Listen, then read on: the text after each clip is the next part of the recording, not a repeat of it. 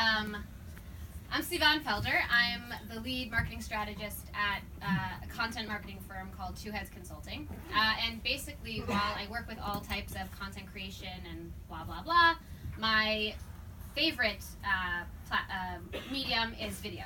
And I worked in film production for over 10 years, and I've seen how the landscape has changed from production companies, having $1 million budgets to create these like epic car commercials to now every single person has an iPhone and everyone can be Logan Paul. And it's really, the landscape has really changed. And one of the things that I do on a regular basis is I actually give these like pretty long video marketing workshops that are 2 hours. So when Dahlia said, would you mind just giving it in 20 minutes? I said, sure. So I'm going to try to give you at least a little bit of information so that by the time you walk out of here, I'll have changed all your perspectives of actually what video marketing actually is and how you should be using it. Because I put together a nice list of facts because I'm a little bit of a data nerd. And, I'm sure all of you have heard at some point someone in your marketing team or has turned to you and said, we should probably have a video. And then somebody else said, yeah, but how do we do that? And then everyone just felt really overwhelmed and they put it to the side. And I get calls every day like, we need a promo video. And I think I need some sort of a how-to explainer video. So what I'm going to try to do in the next 15 minutes, and then the last 5 minutes will be for questions when I clearly was not able to cover the 2-hour workshop in 20 minutes.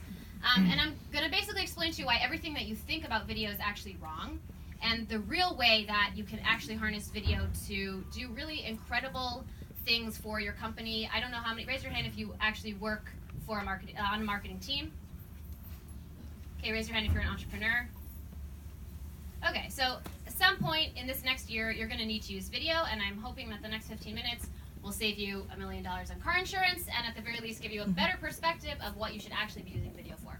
So here's some nice facts, right? Everybody knows video is the king of content. I don't think people really know what that means, but long story short is that our brains like video.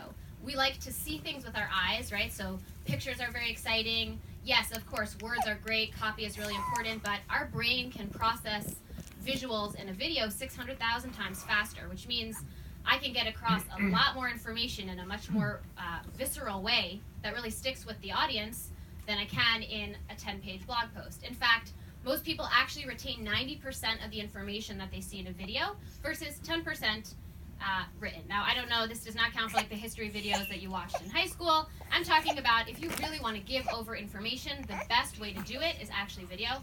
And it has the highest conversion rate in terms of any sort of marketing efforts. Marketers really love it because it's a really high ROI. So these are just some fancy facts. And the clicker doesn't work. Okay. We're doing well so far. Okay, so long story short, there are 3 types of videos. And I'm going to describe them to you as if you were currently at a party. So let's say you're at a party and all of a sudden this guy who you've never met before walks up to you, and he's wearing a regular looking sweater. He looks kind of normal. Let's say his name is Bob, and he comes up to you and he says, "What's your name?" And I say, "I'm Sivan." Sivan, that is such a pretty name. You know what? I'm actually in digital marketing, and I have this incredible thing where if you just sign up now for $5.99, I can help you expand your business to 20 times that. And you're like, "Yes, thank you so much. I'm gonna just margaritas." Right? Because who wants to hear that? That's kind of A, creepy. The guy doesn't even know you. B, what kind of information is he sharing with you that's useful? And C, he literally came and shoved his weird digital marketing stuff down your throat. So not only do you not like him, but now every time you see Bob at the party, you're like, oh crap, and you try to hide. That's essentially what video marketing became after people figured out that you could use video to sell things, right? That was the car salesman, come down to our auto shop and blah, blah. That really kind of became how we started to think of video was oh, if someone's trying to sell me something on video, it feels icky and I don't really want to talk to that person. So then what happened? Well, then we had the cool guy at the party, right? He was the guy who was the Dollar Shave Club, where they came up with this amazing viral video that made everyone laugh, and they, hit the market running with some $5,000 ad spend. There's, lots of examples of these crazy, viral Red Bull jumping out of the rocket ship in the sky or whatever, things that made people be like, that is amazing. I have no idea what they're talking about, but I want to do that also. And then everyone started clamoring into this oh, viral video. Let's make a viral video. That's how we're going to become great, is by making a viral video. And everyone was trying so hard to be the cool guy at the party, because who doesn't want to be the cool guy at the party, I don't know about you, it never worked for me in high school. I was not the cool guy or cool girl at the party. The cool guy at the party didn't talk to me, right? He seems really cool and aloof, but A, how do we become him? And B, that's not really so realistic for every single guy to be the cool guy at the party, because then there's just a bunch of cool guys, and that's about it. And then we have the last type of person, and this is the kind of person that if you walk away with nothing else from this talk, it should be that this is who you're aspiring to be with your videos, and that is the best friend, right? When I typed into Google best friend and images, that's what came up. Some people gave me flack, like, why is it a redhead? Why is it a woman? Why is she your age? It doesn't matter. She's a best friend. She looks friendly. She's the person that, or whatever your best friend looks like. Envision, right? When you're sad or you're tired or you have to make a decision or you're not sure what to do, you call that person. That's the person that you rely on to really bounce ideas off of, that you trust them, that when they tell you that lipstick looks good, you're like, okay. When they tell you you look fat in those pants, you say, okay. When they tell you buy that car, or, you know, that person's nuts, like, this is really your best friend. And nowadays, with the opportunity that you have with your cell phone, with the editing platforms like crazy apps that you can magically create cinematic masterpieces with one fell swoop of your iPhone, you have the ability to use video to become everybody's best friend. And the few seconds that I'm going to spend now on going through it, that's essentially what you should be aspiring to do with your video content. You don't want to be creepy Bob. You don't want to be the cool guy at the party. You do actually want to be the best friend. So here are the 3 most common mistakes that you probably already either made with your video content, will make, or someone in your vicinity has made in the past. People focus way too much on high quality and not enough on high engagement. I get at least 3 calls a week when I worked at the production company where people would say, okay, I want there to be like a drone shot, and we're gonna like come in from the sky, and then the thing is gonna come down, and there's gonna be fire, and then and I was like, whoa, do you know how much this costs? Like, yeah, but I want it to look really nice. I want it to be high quality. I was like, you mean high quality like HD, not pixelated, or like high quality like it looks really pretty? Like, what does high quality actually mean? And I think that we've gotten really used to everything looking really pretty, so we automatically associate high quality with, well, that's good, or I'm going to spend money on that. But the truth is that consumers, viewers, we don't care anymore. High quality isn't important to us as much as high engagement. And so when you're starting to create your marketing strategy using video, throw out the whole, I need a DSLR, or I should be hiring a production company. Not that there's anything wrong with those things, but if you make a beautiful video and you don't engage me in any way, you've wasted all of your time and your money. The second problem that people try too hard to go viral, like I said, the cool guy at the party. People ask me a lot, well, can you help me go viral? And my answer is always no. And also, if you go viral, you won't become rich and famous. I've gone viral at least 3 times, and I'm still here talking at Google. So if the day comes where, God willing, you become, rich and famous from going viral, you're actually going to go back and tell people, it actually took a crap load of work. I spent like every day making videos that nobody watched, and then there was this one accidental one that for whatever reason magically projected me into the sphere, and that's what made me. But there's no let's go viral. So please throw that out of your vocabulary. The third, I put a 4 here because there was a 4th one, but then I forgot what it was. But the 3 is that people ignore the customer's journey, right? People think with one video, I'm going to take somebody from, I've never heard about you before, to, here, take my money, right? Kind of like Bob. Bob, he doesn't know you. He doesn't get to know you. He just shoves his product in your face. And of course you don't want to give him your money. Like, look, Bob, that sounds really great, but if I actually wanted to hire somebody to do digital marketing, I actually know 43 other people I'd probably start with. And you telling me that you're really great means literally nothing to me. Oh, this got suddenly very loud. So with your video content, what you need to be really conscious of is that, again, you're going for the best friend feel. You're going for, I'm going to accompany you on this journey, and we're going to do it together, and it's not going to be like, wham, bam, thank you, ma'am. It's going to be like, hey, let's step by step go through this process together. How am I doing on time? 10 minutes left? Oh, I was talking very fast. Am I talking too fast? No. Okay. Okay, so myth number 1, right? It needs to be high quality. So I'm going to tell you a secret. I started my own company last year, and my main strategy was to use video content, not to create Facebook ads, not to tell people what I do, literally just to make video content. And my theory was, I had this feeling that if I put out valuable video content to my audience, I will get people who will come to me and ask me what I do and want to hire me without me ever having to say. It was a very stressful experiment. Required a lot of faith in myself and my partner. And lo and behold, within 2 months, we had people who literally called me and said, I can't actually figure out what you do, but can I pay you to do it? And I said, well, yeah, but how did you hear about me? And they're like, well, I saw your video. And I was like, and so after the first time, I was like, okay, it's maybe a fluke, let's try it, right? After the 5th person, I was like, okay, I'm onto something. So the other secret is that, yes, I worked at a production company. Yes, I know how to use a drone and a gimbal and blah, blah, blah. Like, we actually use an iPhone. I have an old DSLR that I used to film family videos on, and that's what I use, and I stick it on a tripod. The audio quality is terrible. People actually message me and they say, you should just know, if you're posting videos, you should probably fix the audio. I'm like, thank you, I don't actually have money for a microphone right now, but I'll put it on my list of things to do, and I'll tell you why it works, right? Because I focus on the rule, forget about high quality, no one cares, focus on high engagement. And the 5 people that started watching what I was saying, they were really engaged because I was literally talking to them. I'm like, hey, Anne. She's like, hey. And I'm like, hey, Joe. And he's like, hey. And they engaged with me because I was literally talking straight to them. People want authenticity. Yes, I mean, obviously people ask me, well, if I'm not pretty, can I still be on camera? I'm like, well, you know, no, of course you can, because actually you can think of a lot of people who wouldn't necessarily be supermodels, but that they're very engaging. They really get you interested in whatever they have to say. I mean, you could think of world leaders who wouldn't actually define as very good looking, but they've somehow captured audiences to pay attention to what they're saying, because there are ways to engage people that has nothing to do with your face. And people really want to talk to you. It's really weird because the bigger and more interconnected the world becomes, the more we crave this authentic one-on-one connection. Think about Instagram stories, right? That's a form of video. I mean, it's people like walking around while they're like shopping, and you're like, I can't even hear what they're saying. Half the time you're not even watching. But that's taken the world by storm because it enabled us to connect one-on-one very viscerally with people in video form. Facebook Live, I mean, that ruined video for everybody because it was grainy, awful. It doesn't matter if you filmed it on a DSLR. It ended up just looking like a pixelated, you know, your grandmother trying to Skype with you. But what that actually did was allowed everybody to share some content in a video form without worrying so much about what it was going to look like on the screen. So when you really look at it, right, engaging people is actually much more important than showing them your pretty drone shot or even showing them what your product or service is, because no one actually cares. That's just...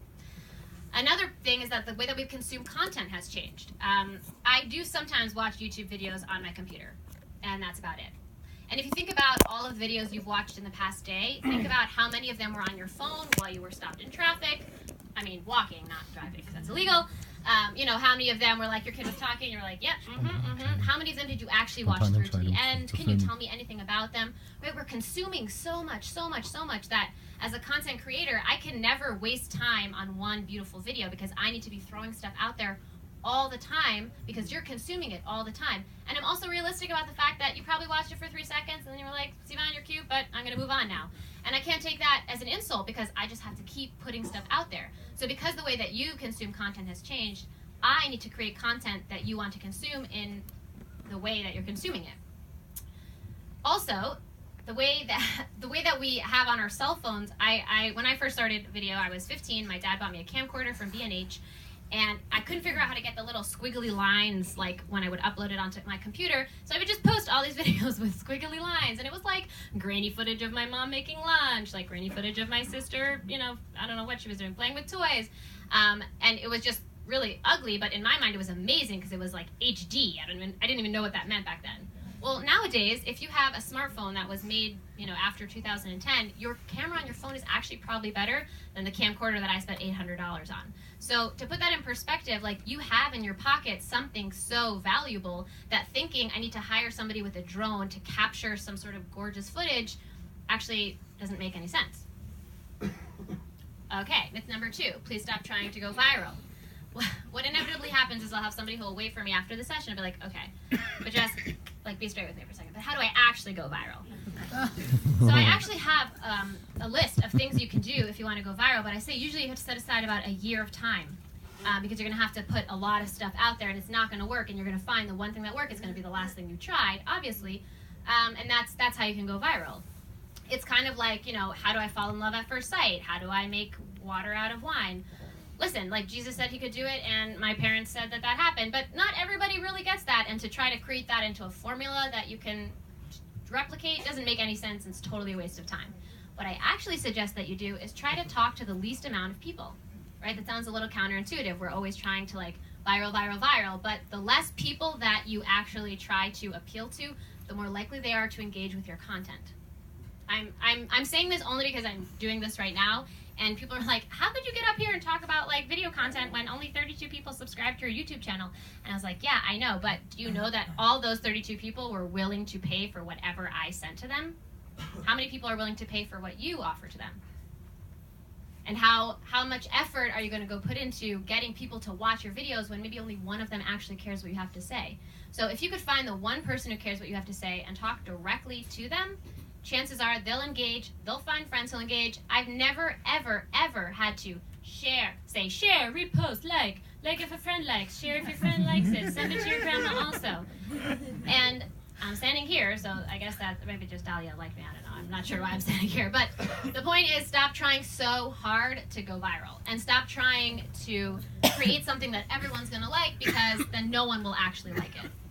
And the last myth that we don't have time to create a whole marketing strategy today, folks, I'm sorry, but the journey, right? No one, first of all, if you're Bob, people will think you're freaky and they're not gonna wanna talk to you, so stop trying to sell your stuff to me on video. But also, don't assume that with one amazing video, even if you engage, even if you talk to one person, even if you do all the right things, it's not going to happen the first time. And I think that's the most overwhelming thing for people when they put all this effort into creating video content and they put it out there and they're like, all right, I'm here. And then there's like crickets and dead silence and everyone's like, okay, I'm here. Mom, can you like the post? No, that's why I work with my brother, and I just have him like and tag all my posts. That's usually what works. So you can find a buddy system if that works for you. But yeah, it takes a lot of time, and it takes a lot of time to earn your trust. Think about your best friend. You didn't become best friends overnight, right? She probably came and braided your hair, or he like punched you in the face in 2nd grade, and then you had to like, you know, work it out, and like you went to lunch, and then something really terrible happened, and you cried at their house, and you have a history together, and you worked hard to build that relationship. And that's what you should be seeing video content as. Creating this friendship where you follow the journey with whoever wants to take it with you, and at the very end, you lead them to the Garden of Eden. Now I'm going to, in a second, take questions. Okay. Basically, if you're going to make one video, then don't. This is what a journey might look like. And, well, we don't have sound. But basically, if you want some examples of really great, low quality, we do have, what? Yeah?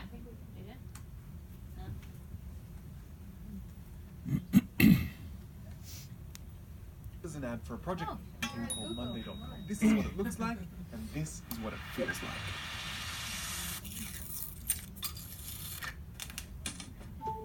So the tool works like this. Okay, so I don't know these people. I don't work for Monday.com. Never met them. When I saw this video, I was super impressed. One, because I never got a call from Monday.com saying, we need a promo video. And two, because what they understood was, in 20 I have 3 seconds to catch your attention, but also you don't care about my product.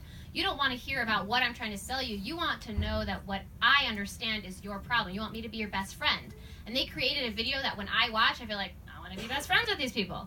So, and they also have like an entire YouTube channel where they post video content. So this was just one example that I kind of wanted to show. People are like, can you tell me what a nice video would look like? Like, I'm pretty sure they filmed it with their iPhone. So, okay, so that's, I'm sorry, all we have time for. I'm ready for questions, but only if they're nice ones. Yes. So you mentioned a lot about engaging versus quality. Can you show example what engaging is? Yes. I'm engaging. No, I'm just kidding. Engaging means that you figure out exactly what the person actually wants to hear, and then you tell it to them. And I can do a whole workshop on engaging. There are formulas, there are things to do, but suffice it to say that engagement means that I'm not just standing up here and talking about myself. I'm actually talking to you, and I want you to talk back to me, so I need to figure out what you want to hear so that you'll talk to me. That's, in a nutshell, engagement. And I'm happy to show you after videos of engaging. Yeah. Yes? Can you engage the U.S. audience with the Israeli accent? Can you engage the U.S. audience with an Israeli accent? That is such a good question.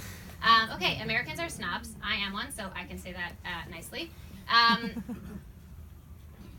There's not a short answer, but no. I mean, yes, but no. And I think that's really important because I think in Israel you could totally get away with being French or Swahili and like it doesn't matter. But in America, there is this level of everyone should be also American. And I'm not saying good or bad, but when you create your video content, that is something that you have to. A British accent, yes, but an Israeli accent, I don't think so. I was gonna say. British is fine. British, I like the British. You're so smart. Okay, one more. Anyone up in the opera seats? It's like the nosebleed section. Oh, yes. What are the new trends in philanthropy for big foundations in health, education? What do you see in terms of marketing? Again, philanthropy what? What the trends in philanthropy in marketing, but for big foundation or social change? What are the things that you see that are interesting right now? Okay, if I understand your question correctly, I want to know what are the trends in philanthropy and social change that I'm seeing in marketing that I think, okay, so I'm not seeing enough, that's for sure. I think that big things like that they're very old school, and I think most video production companies, actually their bread and butter are those people who haven't, to progress. Thank you. Oh, everyone speaks Hebrew, great. But I will say that storytelling, that is a very big thing. I think they're finally figuring out that I don't want to see all the starving children in Africa, I want to see one. And they're picking out the one story that's going to interest me on a very visceral level and focusing much more on storytelling versus the big number and the big picture. That's the big trend. Okay, thank you. You've been a very fantastic audience without coffee. So, and if you have any questions, I'll be around at the end.